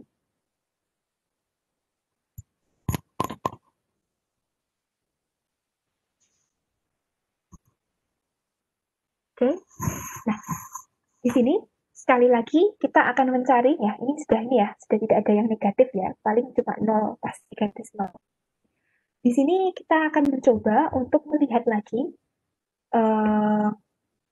satu, apakah ada pola yang tidak random. Ini sepertinya polanya random ya teman-teman. Jadi oke lah, tidak ada tidak ada violation. Bisa dibilang di sini variansnya itu cukup konstan. Yang kedua, Apakah ada bentuk U, bentuk E, bentuk C? Tidak ada ya? Ini oke. Kemudian apakah ada outlier? Ada. Ini, di sini, lebih dari 150 ini. It could be an outlier. Karena ini bound-nya 0 sampai 150. So, I think this one is an outlier. Maybe. We will check. Ini juga, but we don't know. Kita lihat dulu ya nanti. Jadi, oke, ada potensial outlier, yes. Apakah ada pola? No. Random, scatter, kind of. So, I think it's the same, seperti yang tadi. Dan studentized, ini juga menunjukkan adanya potensial outlier. Oke. Lalu, sekarang kita bikin pencoba tadi yang extreme case residual ya. Menggunakan studentized residual. Apakah ini ada yang extreme case, artinya tadi kita mencurigai adanya beberapa outlier, we want to know yang lebih ekstrim lagi, ada nggak? Nah, untuk itu kita perlu melihat atau menciptakan satu lagi satu variabel lagi yang kira-kira mendeteksi apakah ada siapa sih outliernya itu tadi. Kelihatannya tinggi ya tadi, skornya 150, berarti mungkin ada di observasi yang nilainya tinggi. But we want to know. Kita menggunakan absolute extreme case formula.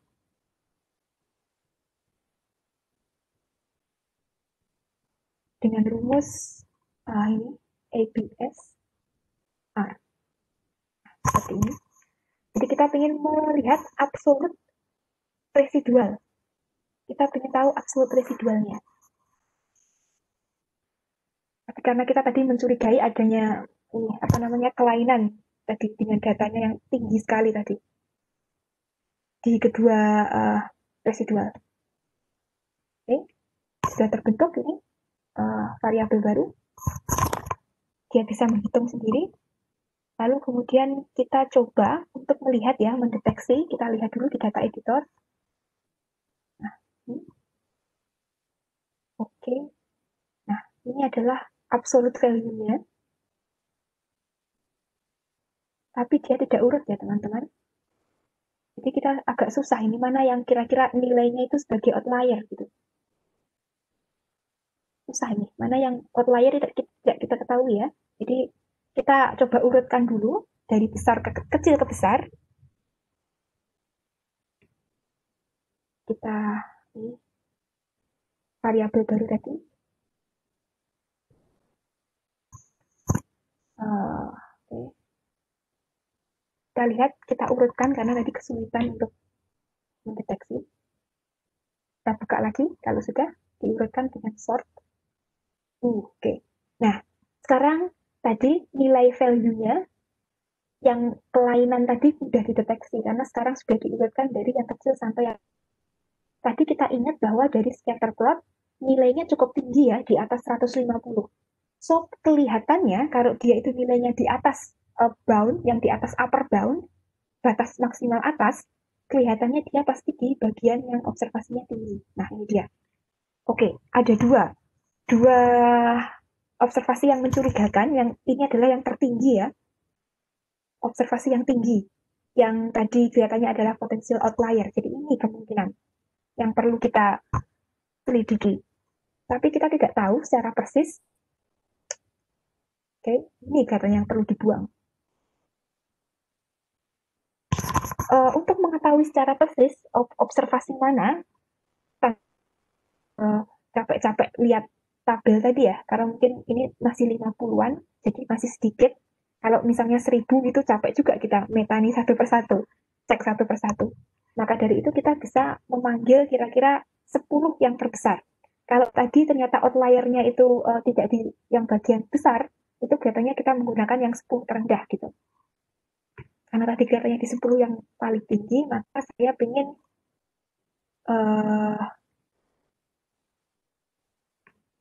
kira-kira 10 skor tertinggi. Oke, kita list. List itu artinya kita panggil berdasarkan ID, yaitu tadi ada nomor ID-nya ya. Nah, ini ada nomor ID-nya 1 sampai 50. Jadi kita coba list berdasarkan ID, berdasarkan art, kira-kira 10 yang paling besar skornya. Nah, ini dia. Kalau teman-teman pengen yang misalnya 30 besar gitu ya, 21 per 50. Jadi 41 per 50 itu artinya adalah saya mendikte 10 observasi yang nilainya paling tinggi. Nah, ini dia. Oke, jadi ini nomor ID-nya, ini nomor absolutnya yang mendapatkan skor tinggi. Nah, ini tadi ya kita curigai ya teman-teman. 2013 itu tadi nomor ID-nya berapa sih? Oh, nomor ID 7 dan 12. Nah, itu mungkin yang perlu kita hapus nanti. Maybe. Oke. Nah, itu adalah untuk men-spot kira-kira kalau tadi ada abnormality di data kita. Oke. Nah, oke, teman-teman, itu adalah yang kita curigai, ada ini ya, value mencurigakan. Oke, teman-teman bisa menghapusnya atau tidak, it's up to you. Tapi untuk sekarang karena kita coba demonstrasi, kita coba tidak hapus dulu ya. Biarkan dia di sana. ID nomor 7 dan ID nomor 12. Oke, good to know. Nah, sekarang kita mau mencoba lagi untuk melanjutkan perjalanan kita ya. Dengan melihat datanya tadi cukup normal, tapi dengan ada 2 kendala itu tadi. Kita sekarang ingin melihat kalau tadi dengan gambar, kalau ada abnormality, tadi dengan visual ada sesuatu yang tidak normal, gimana sekarang kalau kita cek dengan ini, statistik, secara statistik, tidak secara visual. Oke. Nah, untuk mengecek normalitas suatu data, untuk melihat general description-nya, kita bisa menggunakan skewness dan kurtosis, yaitu SK-test. Dari UR. UR adalah unstandardized residual tadi. Oke. Nah, ini untuk mengecek normalitas kita menggunakan SK-test, yaitu skewness. Bisa dilihat di sini langsung ke skewness dan kurtosis ya. P-value-nya adalah 0,2791 dan satunya kurtosisnya 0,1395. Itu artinya adalah data kita itu, karena kalau dia p-value-nya di bawah 0,05, itu artinya dia tidak normal. Tapi ternyata sekarang normality-nya dia di atas 0,05. Jadi artinya adalah data kita normal. Dia tidak mengikuti yang good. So, skewness itu ini ya, apa namanya, kalau dalam, mungkin teman-teman masih ingat, saya gambarkan dulu.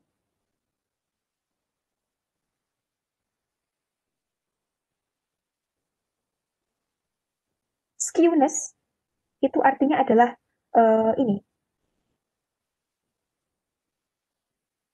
lebarnya antara satu ini dengan ini.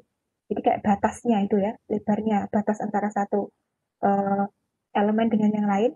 Kemudian kurtosis itu kelihatannya kayak adalah seperti ini, tingginya gitu. Tingginya si.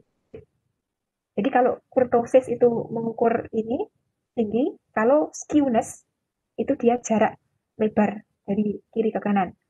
Kalau kurtosis dia dari atas ke bawah. Artinya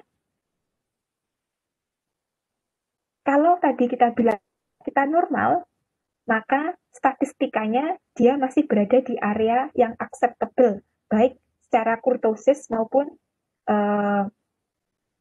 skewness. Jadi dia misalnya datanya itu tidak terdistribusi, saya pakai ini ya, saya pakai yang lain, tidak terdistribusi ke kiri seperti ini.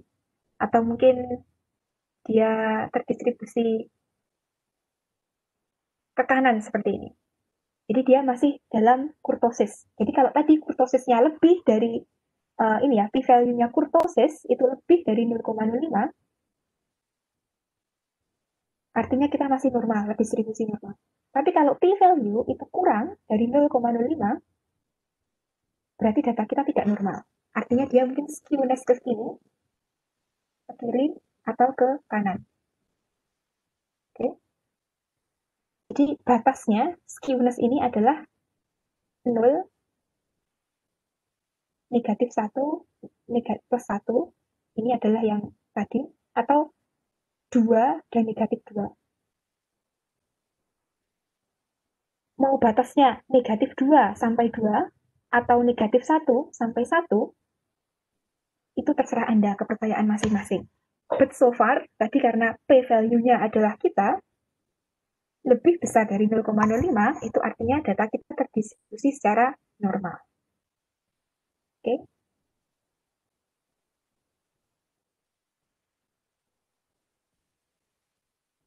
Kok ini lagi? Maaf. Kita kembali ke data. Oke? Nah, lagi, selain skewness kurtosis test, ada juga Shapiro-Wilk test. SWILT gitu ya.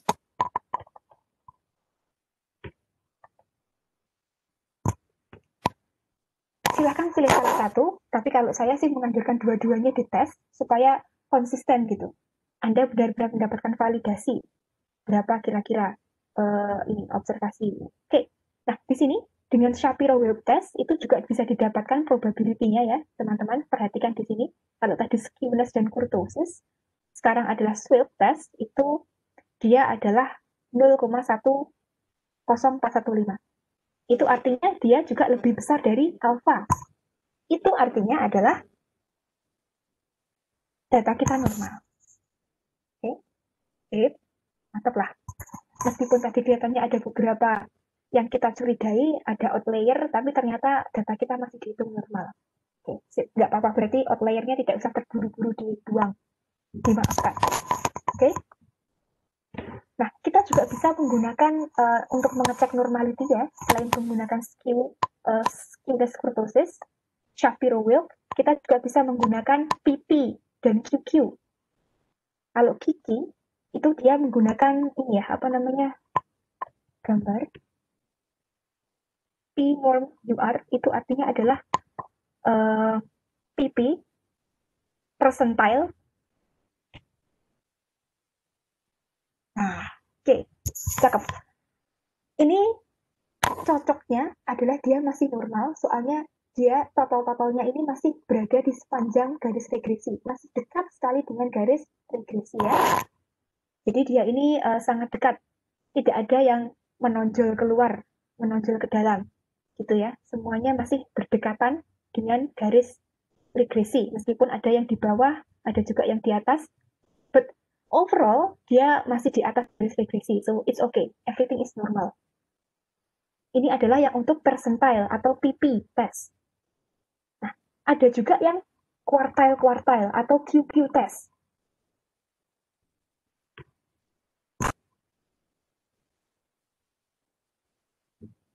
Jadi, tadi Q-norm, ya, Q-norm, UR. Nah, ini adalah untuk mengetes secara visual. Oke, kita lihat. Nah, dia juga sama seperti tadi, jadi tidak terlalu beda ya. Q-norm dan juga P-norm dan Q-norm. Ini meskipun ada beberapa data yang agak susah, agak jauh dengan ini garis regresi, tapi Indian sebagian besar dia masih ada di atas garis regresi. So, good. Sebagian besar observasi masih dekat dengan regresi. So, normal.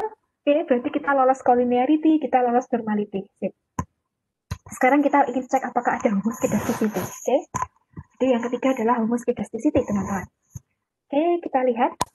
Di sini homoskedasticity itu juga asumsinya adalah varians yang konstan. Jadi dia tidak boleh besar variansnya. Untuk homoskedasticity, kita bisa menggunakan Bruch-Pagan test. Adapun rumusnya adalah seperti ini. Start. Oke. Bruch-Pagan test. Oke, kita bisa lihat bahwa ini langsung ke sini. Perhatiannya fokusnya langsung ke p-value ya. P-value-nya ternyata 0,5075. Berarti dia lebih besar P-nya daripada 0,05. Itu artinya adalah variansnya konstan. Berarti kita mengalami homoskedasticity. Kita tidak mengalami heteroskedasticity. Heteroskedasticity adalah ketika variansnya itu besar. Jadi kalau didemonstrasikan tadi seperti itu tadi yang seperti kipas ya, atau seperti mulut hiu. Makin ke atas, regresinya makin naik, maka variansnya makin naik. Tapi ternyata dibuktikan kita tidak suffer from heteroskedasticity, tapi kita mendapat homoskedasticity. So, kita lolos homoskedasticity, teman-teman. Selain itu, selain menggunakan Birchbagen, bisa juga menggunakan white test.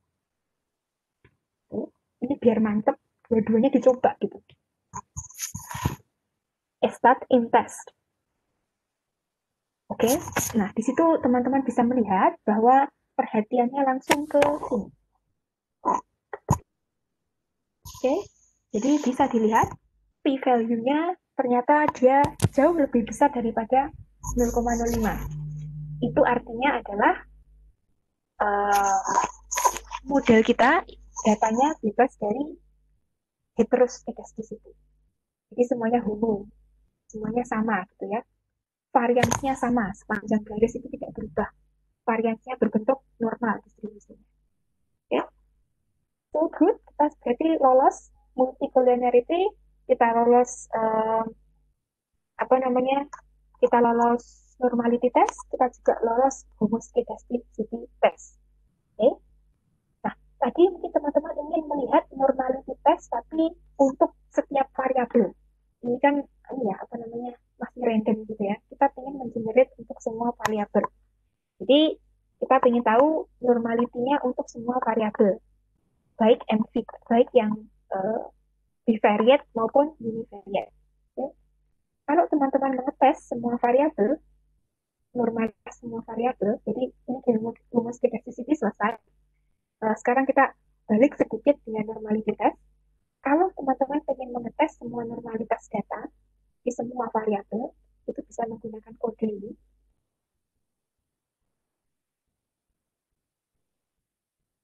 Di semua variabel diketik ya.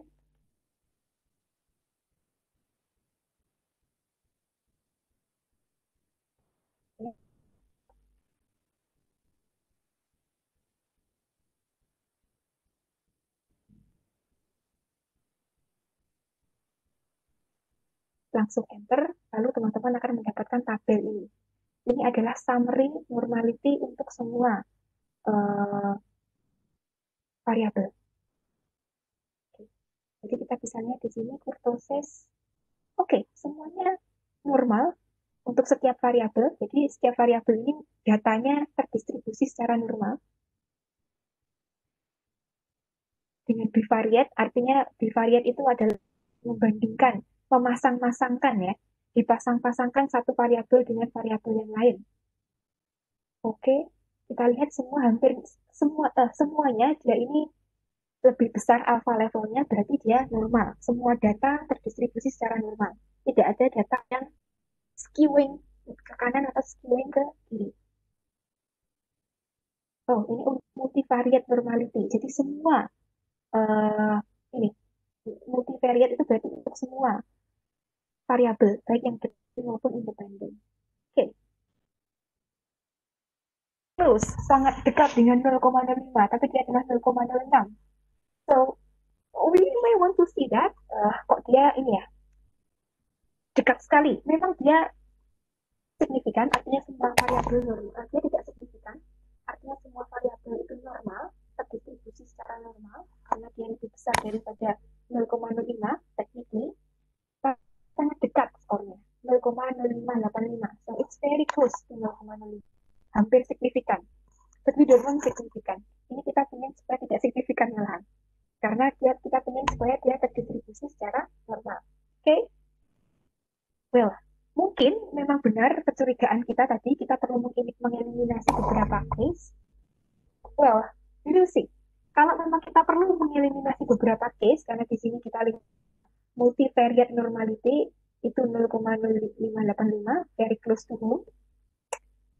Kita menggunakan influential case. Kita menggunakan Cook's D. Jadi untuk melihat kira-kira mana yang perlu kita eliminasi ya, karena memang sepertinya perlu ada yang dieliminasi, kita perlu menggunakan Cook's method untuk melihat manakah yang dibuang gitu ya, untuk meyakinkan yang perlu dibuang. Tadi sudah, tapi sekarang kita perlu memantapkan lagi yang mana. Untuk ini kita menggunakan Cook's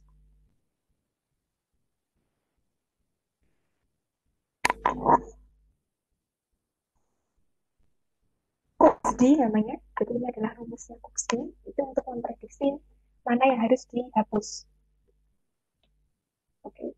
Oh, it's not showing up. Nanti kita lihat dulu.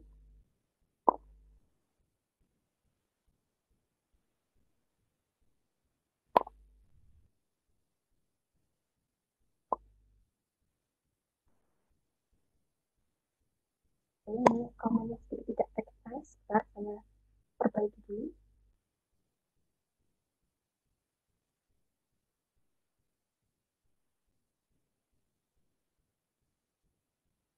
Menggunakan ini adalah untuk testing ketika ada inisial variabel. Jadi mana yang perlu kita dihapus seperti itu.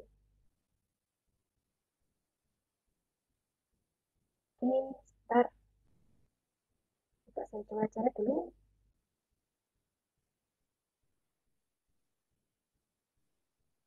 Dia benar tidak mau untuk memprediksi Cook's. So, well, anyway, it's okay.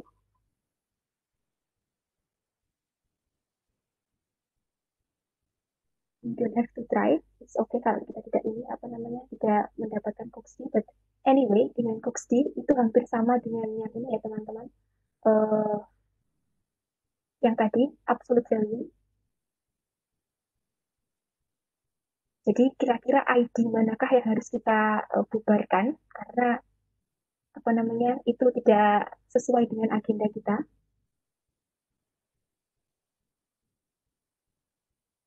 Maka mungkin kita langsung bisa menghapus 7 dan 12. If you would, if you may, if you like to, gitu ya.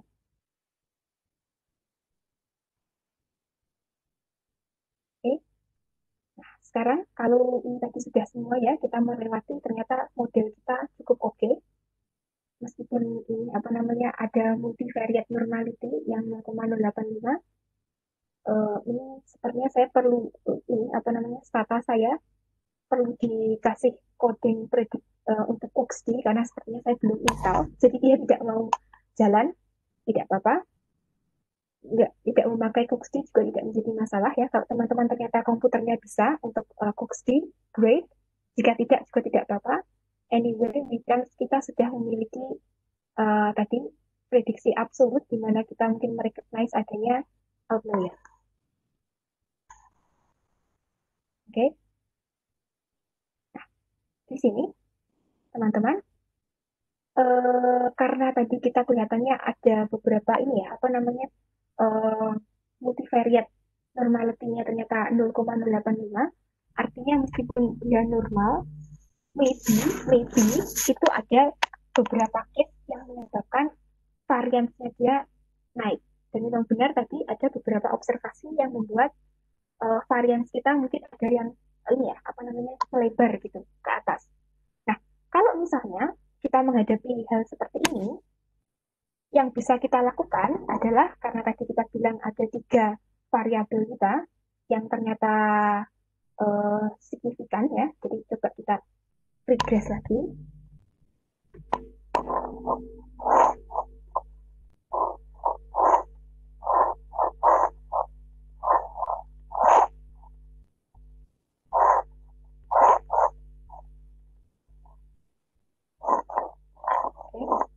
Ini dia regresi lagi, kita regresi sekali lagi. Dan ternyata tadi ada masalah bahwa ada beberapa potensial outlier atau varians yang tidak varians yang tidak oke. Kalau semisal teman-teman tidak memiliki waktu untuk menambah data atau tidak memiliki waktu untuk menambah variabel, cara mengatasinya adalah menggunakan robust standard error. Jadi regresi dengan robust standard error. Ini untuk mengatasi ini untuk mengatasi tadi varians yang nyeleneh tadi itu, varians yang ada outlier-nya. Tidak harus dihapus, tidak apa, tidak harus ditambah data, it's okay. Tapi untuk memperbaiki variansnya itu kita perlu menggunakan robust standard error. Menggunakan robust standard error itu sama dengan analis biasa, hanya saja robust standard error ini dia lebih konservatif. Artinya mungkin ada beberapa variabel yang nilai signifikansinya menjadi tidak signifikan lagi, atau standar errornya itu bertambah besar. Jadi robust standard error ini artinya adalah kita mencoba untuk mengurangi variabel independen yang tadi signifikansi levelnya itu terinflasi gara-gara adanya varians yang tidak konstan, atau karena adanya heteroskedasticity, atau adanya data yang tidak normal, kayak gitu ya. Jadi kita ingin merectify hal tersebut dengan menggunakan robust standard error. Nah, mari kita coba saja, karena tadi ada normality-nya itu sangat dekat, masih normal, tapi dia sangat dekat dengan ditolak gitu ya. So, let's see. Dan tadi juga ada beberapa outlier. Jadi, it's justified kalau misal kita menggunakan robust standard error untuk menganalisis, jaga-jaga. Rumusnya sama seperti tadi, regress, kemudian dependent variable, disusul independent variable, tapi ada rumus tambahan namanya VCE, robust. Oke. Sip, ini sudah berjalan ya komennya teman-teman. Oke, di sini mungkin teman-teman bisa melihat bahwa ada sedikit perbedaan antara estimasi di atas dengan di bawah. Jadi yang pertama dengan robust standard error dan tidak dengan robust standard error. Oke. Perbedaannya, yang pertama dan sangat obvious itu adalah standard errornya. Untuk regresi tanpa robust standard error, dia standard errornya kecil, tapi ternyata setelah diregresi dengan robust standard error, dia lebih besar robust standard errornya. Which is memang itu yang kita harapkan.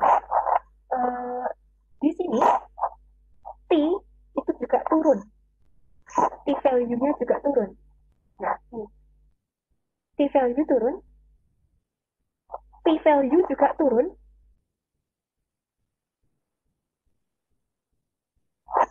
Ya. Jadi di sini ada perubahan ya, namanya P value dan juga standard error. Dalam robust standard deviation itu artinya kita lebih konservatif lagi. Kita mungkin overestimate signifikansi dari variabel kita, tapi karena kita tadi menemukan adanya varian yang outlier tadi, ada juga beberapa ini tadi normality dan terlanggar karena sangat dekat dengan 0,05. It makes sense kalau kita menggunakan robust standard error untuk mengkoreksi hasil regresi kita. Koefisien tetap, tapi yang berubah adalah standard error, T value, dan it looks like it, ini sepertinya kita masih tetap akan mendapatkan nilai yang signifikan, tetapi skor signifikansinya itu agak turun gitu. Masih signifikan, tapi robust standard errornya lebih besar. And it's okay. It doesn't matter. Ini adalah ketika kita membuat atau memiliki masalah dengan varians. Atau ketika heteroskedasticity kita itu ternyata tinggi. Tapi di sini tadi tidak terlalu tinggi, homoskedasticity kita masih oke. Normalnya masih oke, hanya it's just a little terlalu dekat dengan 0,05. Maka dari itu kita menggunakan robust standard error ini tadi untuk rectify. Untuk kira-kira kalau lebih konservatifkan lagi, aturannya diperketat, apakah koefisien kita masih signifikan? Ternyata iya, masih signifikan. So, all in all, model kita ini teruji. Oke? Nah, ya, terima kasih teman-teman. Itu adalah materi kita pada siang hari ini. Tadi kita regresi, kemudian classical assumption menggunakan visual dan juga statistikal. Dan kita juga berusaha mengoreksi karena tadi ada outlier dan juga ada beberapa sedikit kendala ya, meski normal tapi it's so close to being significant. Maka dari itu kita akan rubah standard error untuk merektify. Oke, terima kasih. Semoga ini tadi bisa bermanfaat ya teman-teman. Semoga tidak ada semoga tidak ada kendala lagi minggu depan. Maksudnya pertemuan mendatang baik secara teknis atau secara tidak teknis. Terima kasih sekali untuk perhatian teman-teman. Semoga masih terima ya dan juga jelas dan membantu proses belajar teman-teman semua untuk menguasai stata dan menginterpretasi cross-sectional data. Oke, terima kasih sekali semuanya. Selamat sore dan selamat beristirahat.